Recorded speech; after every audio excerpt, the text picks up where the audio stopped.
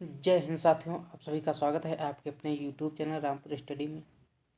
दोस्तों, आज के इस वीडियो में हम जो है सामान्य कृषि यानी जनरल एग्रीकल्चर से संबंधित टॉप 20 क्वेश्चन इस वीडियो में लाया हूं, जो कि मोस्ट इम्पॉर्टेंट होने वाले हैं। अब चाहे जो भी कॉम्पिटिटिव एग्जाम की तैयारी कर रहे हो, चाहे यूपी SSC जो टीए की जो वैकेंसी आने वाली है उसी की तैयारी कर रहे हो, तो उन सभी के लिए जो है मोस्ट इम्पॉर्टेंट क्वेश्चन होने वाले हैं। ये वनडे लेवल पर जो है मोस्ट इम्पॉर्टेंट क्वेश्चन होने वाले हैं, जो भी एग्ज़ाम आप देना चाहते हो। तो चलिए उसके लिए टॉप 20 क्वेश्चन लाए हैं। चलिए आज का हमारा फर्स्ट क्वेश्चन दिया हुआ है कि संकर धान के पिता किसे माना जाता है। तो संकर धान के जो पिता हैं ये जो है युआन लॉन्ग पिंग को माना जाता है। युआन लॉन्ग पिंग को माना जाता है। पिंग को माना जाता है। ये जो विश्व लेवल पर है, इसको आप लोग ध्यान रखें, विश्व लेवल पर इनको माना जाता है। संकर धान के पिता किसे माना जाता है? तो युआन लॉन्ग पिंग, जो कि विश्व लेवल पर जो है विश्व में माना जाता है। फिर इन्होंने ये जो है लगभग 1973 के आसपास जो है एक संकर धान की यानी विकास किया था। इसी के कारण जो है इसीलिए इनको माना जाता है संकर धान का पिता। तो युआन लॉन्ग पिंग हो जाएंगे, जो कि विश्व लेवल पर इनको माना जाता है। इसको आप लोग ध्यान रखिएगा। फिर क्वेश्चन नंबर अगला दिया हुआ है कि विश्व में जादुई धान की किस्म है। तो विश्व में जो जादुई धान की किस्म है वो है IR8। क्या है? IR8। ये जो है विश्व में जादुई धान की किस्म है। अब जो भी इसमें चमत्कारी हो हमें नहीं पता है, लेकिन जो है विश्व में जादुई धान की जो किस्म है वो IR8 हो जाएगी। इसको आप लोग ध्यान रखिएगा। फिर क्वेश्चन नंबर 3 दिया हुआ है कि भारत में विकसित धान की प्रथम किस्म, तो वो जो है आपकी जया हो जाएगी। कौन सी? जया। भारत में विकसित धान की प्रथम किस्म ये जो है जया हो जाएगी। इसको आप लोग ध्यान रखिएगा।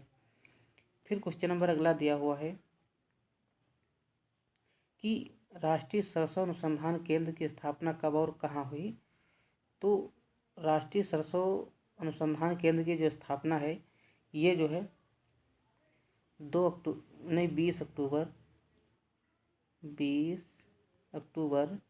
ये 0 है, 20 अक्टूबर 1993 में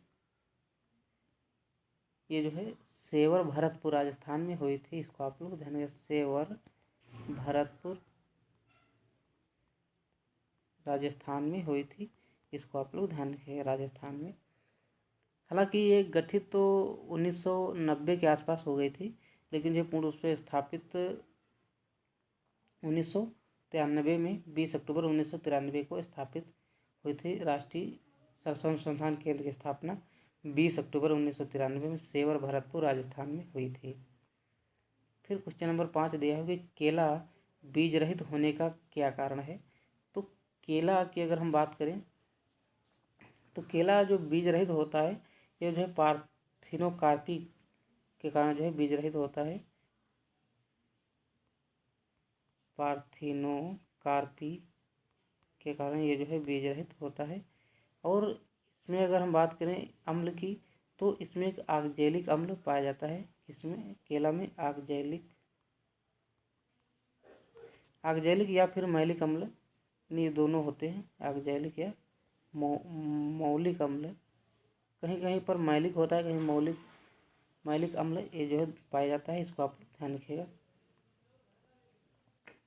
फिर क्वेश्चन नंबर अगला दिया हुआ है,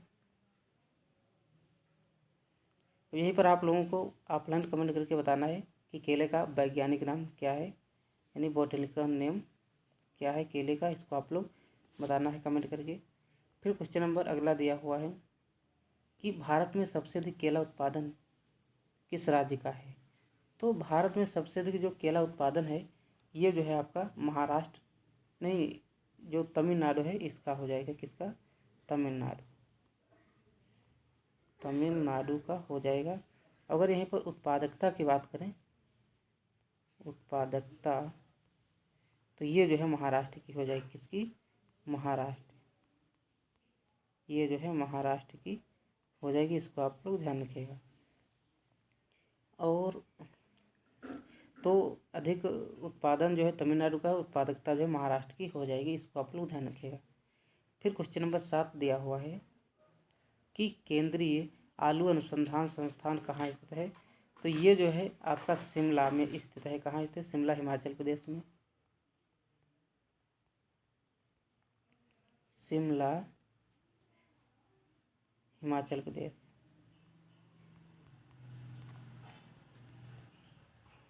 यहाँ जो है आपका केंद्रीय आलू अनुसंधान संस्थान स्थित है। फिर क्वेश्चन नंबर अगला दिया हुआ है 8 नंबर कि भारतीय खाद्य निगम की स्थापना किस वर्ष हुई थी? तो भारतीय खाद्य निगम की जो स्थापना है ये जो है 14 जनवरी 1965 को हुई थी। कब? 14 जनवरी 1965 को हुई थी, इसको आप लोग ध्यान रखिएगा। और 1965 में जो है कृषि मूल्य आयोग की भी स्थापना हुई थी।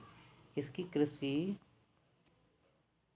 मूल्य आयोग की जो स्थापना है ये जो है इसी के मतलब इसी साल हुई थी 1965 में, इसको आप लोग ध्यान रखिएगा। फिर क्वेश्चन नंबर 9 दिया हुआ है कि भारतीय खाद्य भंडारण संस्थान कहाँ स्थित है? तो भारतीय जो खाद्य भंडारण संस्थान है तो ये जो है आपका यूपी में स्थित है। कहाँ? यूपी में। और यूपी में आपका कहाँ स्थित है? तो ये आपका जो है हापुड़ में स्थित है। कहाँ? हापुड़। ये जो है हापुड़ हो जाएगा, इसको आप लोग ध्यान रखिएगा। यूपी में, और यूपी में अगर पूछा है कहाँ तो हापुड़ में स्थित है, इसको आप लोग ध्यान रखिएगा। भारतीय खाद्य भंडारण संस्थान हापुड़ जो कि उत्तर प्रदेश में है, इसको आप लोग ध्यान रखिएगा। और इसकी जो है 2 ब्रांच हो जाएंगी। एक तो आपका जो है लुधियाना यानी पंजाब में एक ब्रांच है, लुधियाना। और एक आपका जो है हैदराबाद में एक ब्रांच है, हैदराबाद। ये इसकी जो है 2 ब्रांचें हैं खाद्य भंडारण की, इसको आप लोग ध्यान रखिएगा। तो एक आपकी हापुड़ में, यानी हापुड़ में तो है मेन, और इसके अलावा जो है 2 इसकी ब्रांच और हैं, जो कि एक लुधियाना में है, एक हैदराबाद में है। एक तरीके से स्टेशन के रूप में आप जान सकते हैं कि इसके 2 स्टेशन हैं। एक एक एक हापुड़ में मेन है, जो और एक जो है आपकी लुधियाना और पंजाब में, लुधियाना पंजाब और एक हैदराबाद में है। फिर क्वेश्चन नंबर 10 दिया हुआ है कि फ्लैरिस माइनर के 1000 दानों का वजन होता है। तो फ्लैरिस माइनर जो 1000 दानों का वजन होता है ये होता है 2 ग्राम। कितना होता है? 2 ग्राम। और ये जो है गेहूं का मामा इसे कहा जाता है। क्या कहा जाता है? गेहूं का मामा, या शॉर्टकट में इसे गेहूसा भी कहा जाता है। तो इसका जो टेस्ट वेट होता है ये जो है 2 ग्राम होता है। और इसको जो है गेहूं का मामा या फ्लैरिस माइनर, इसका बॉटनिकल नेम है, जो कि गेहूं का मामा का बॉटनिकल नाम फ्लैरिस माइनर हो जाएगा। इसीलिए क्योंकि ज़्यादातर लिखने में यही चलता है कि फ्लैरिस माइनर, या तो इसका टेस्ट वेट पूछ लिया जाएगा या पूछ लिया कि इसका बॉटनिकल नेम क्या है, तो इस तरीके से जो है पूछा जाता है। गेहूं का मामा बहुत कम देखने को मिलता है, या गेहूंसा आपको दिख सकता है। तो इसका जो राइट आंसर हो जाएगा 2 ग्राम। 1000 दानों का वजन 2 ग्राम हो जाएगा। फिर क्वेश्चन नंबर 11 दिया हुआ है कि हमारे देश में किस फसल को सफ़ेद सोना कहा जाता है? तो सफ़ेद सोना जो है ये कपास को कहा जाता है। किसको? कपास को कहा जाता है, इसको आप लोग ध्यान रखिएगा। अब आपको बताना है कि हरा सोना किसे कहा जाता है? हरा सोना किसे कहा जाता है? ये जो है आपको ऑफलाइन कमेंट करके बताना है। फिर क्वेश्चन नंबर 12 दिया हुआ है कि सागौन का वानस्पतिक नाम। तो सागौन का जो वानस्पतिक नाम होता है ये होता है टिक्टोना टेक्टोना ग्रैंडिस करके, इसका जो है ग्रैंडिस करके इसका जो है बॉटनिकल नेम होता है, वानस्पतिक नाम सागौन का। फिर क्वेश्चन नंबर अगला दिया हुआ है, केंद्रीय कृषि वानिकी अनुसंधान संस्थान कहाँ स्थित है।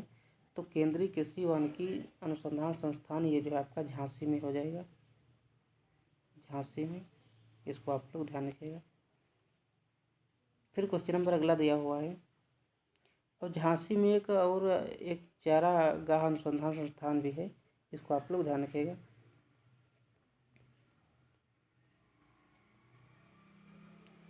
फिर क्वेश्चन नंबर अगला दिया हुआ है कि विश्व आर्द्रभूमि दिवस कब मनाया जाता है। तो विश्व आर्द्रभूमि दिवस यानी वर्ल्ड वेटलैंड डे, तो ये जो 2 फरवरी को मनाया जाता है। कब? 2 फरवरी। वर्ल्ड वेटलैंड डे जो है ये 2 फरवरी को मनाया जाता है, इसको आप लोग ध्यान रखिएगा। फिर क्वेश्चन नंबर 15 दिया हुआ है कि टोंगिया पद्धति की उत्पत्ति कहाँ से हुई है। तो टोंगिया जो पद्धति है ये जो है खेती करने की एक विधि है, जो कि इसकी उत्पत्ति जो हुई है तो ये जो है ऊपर यानी म्यांमार से हुई है। कहाँ से? म्यांमार, म्यांमार से इसकी उत्पत्ति हुई है। और टोंगिया ये जो शब्द है तो ये जो है वर्मी भाषा का शब्द है, इसको आप लोग ध्यान रखें, वर्मी भाषा का शब्द है, इसको आप लोग ध्यान रखें, वर्मी भाषा का जो है शब्द हो जाएगा। ये एक खेती करने की विधि है टोंगिया, जो कि म्यांमार में ज़्यादातर प्रचलित है, वहीं से इसका विकास हुआ है और वहीं पर ये ज़्यादातर की भी जाती है, तो इसको आप लोग ध्यान रखिएगा। फिर क्वेश्चन नंबर 16 दिया हुआ है कि अंगूर का वानस्पतिक नाम। तो अंगूर का जो वानस्पतिक नाम है ये जो है हो जाएगा विटिस वेनिफेरा। क्या है? विटिस वेनिफेरा, ये जो है अंगूर का वानस्पतिक नाम हो जाएगा विटिस वेनिफेरा। कुल की अगर हम बात करें तो इसका जो है कुल होता है विटेसी, कुल का ये जो है पौधा है। फिर क्वेश्चन नंबर 17 दिया हुआ है कि डीएपी में फास्फोरस की प्रतिशत मात्रा। तो डीएपी में जो फास्फोरस की प्रतिशत मात्रा होती है ये होती है 46%। कितनी होती है? 46%। और अगर हम यूरिया में नाइट्रोजन की प्रतिशत मात्रा पूछे, यूरिया में नाइट्रोजन प्रतिशत, तो ये भी जो है 46 होता है। यूरिया में जो नाइट्रोजन का प्रतिशत होता है ये जो है 46 होता है। यूरिया में नाइट्रोजन प्रतिशत तो ये 46 होता है। और फास्फोरस डीएपी में जो फास्फोरस की प्रतिशत मात्रा ये भी इसमें 46 होती है, इसको आप लोग ध्यान रखिएगा। फिर अगला पॉइंट दिया हुआ है कि ओरोवंकी खरपतवार किन फसलों से संबंधित है। तो ओरोवंकी जो खरपतवार है ये जो है बेसिकली सरसों और तंबाकू से संबंधित है। किससे? सरसों कामा तंबाकू, इन 2 फसलों से संबंधित है, इसको आप लोग ध्यान रखिएगा। ओरोवंकी एक खरपतवार है जो कि सरसों और तंबाकू की फसलों से संबंधित है। फिर क्वेश्चन नंबर 19 दिया हुआ है कि किस तत्व को 17वें आवश्यक पोषक तत्व के रूप में जोड़ा गया है। तो ये जो है कि निकेल है, निकेल ये जो है 17वां पोषक तत्व के रूप में इसे जोड़ा गया है। निकेल को 17वां पोषक तत्व के रूप में जोड़ा गया है, क्योंकि जो भी आप फसल उगाते हैं तो उसके लिए जो है अभी तक तो 16 पोषक तत्व थे, लेकिन एक बढ़ गया है, तो अब टोटल जो है 17 पोषक तत्व हो गए हैं। जैसे आपका नाइट्रोजन, ऑक्सीजन और मोलिब्डेनम वगैरह, बोरान, ये सब जो है कुल मिला के टोटल अब 17 तत्व हैं। और 17वां जो है ये आपका निकेल हो जाएगा, जो कि 17वां पोषक तत्व जोड़ा गया है। और ये किसने कहा कि ये मतलब जो परिकल्पना है किसने जो है 17वां पोषक तत्व जोड़ा है। तो ये जो है आपके उमेश नारायण करके एक कोई होंगे, उन्होंने ये जो है जोड़ा है। किसने? प्रोफेसर, अब कोई तो होंगे ये, इनका नाम है उमेश नारायण, उमेश नारायण। इन्होंने जो है इसको जोड़ा है कि ये 17वां पोषक तत्व जो है, इन टोटल पहले तो 16 थे लेकिन अब 17 हो गए हैं। इसको आप लोग ध्यान रखिएगा। यह जानकारी एक तरीके से जो है 17 पोषक तत्वों की जो जानकारी है ये उमेश नारायण ने दी है। इसको आप लोग ध्यान रखिएगा।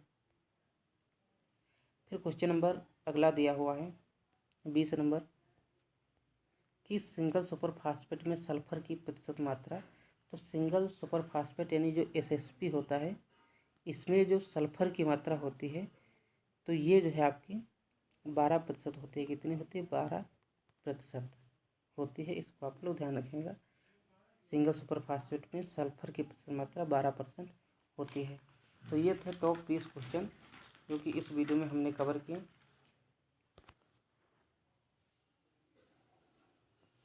एक क्वेश्चन जो है होमवर्क के लिए दे रहा हूँ, जो कि आप लोग ऑफलाइन कमेंट करके ज़रूर बताना है कि केंद्रीय धान अनुसंधान संस्थान कहाँ स्थित है? संस्थान कहाँ स्थित है? इसको जो है आप लोग ऑफलाइन कमेंट करके ज़रूर बताना। चलिए वीडियो को समाप्त करते हैं। सभी से रिक्वेस्ट है कि इस वीडियो को ज़्यादा से ज़्यादा शेयर करिएगा। जय हिंद, जय भारत। मिलते हैं नेक्स्ट वीडियो में।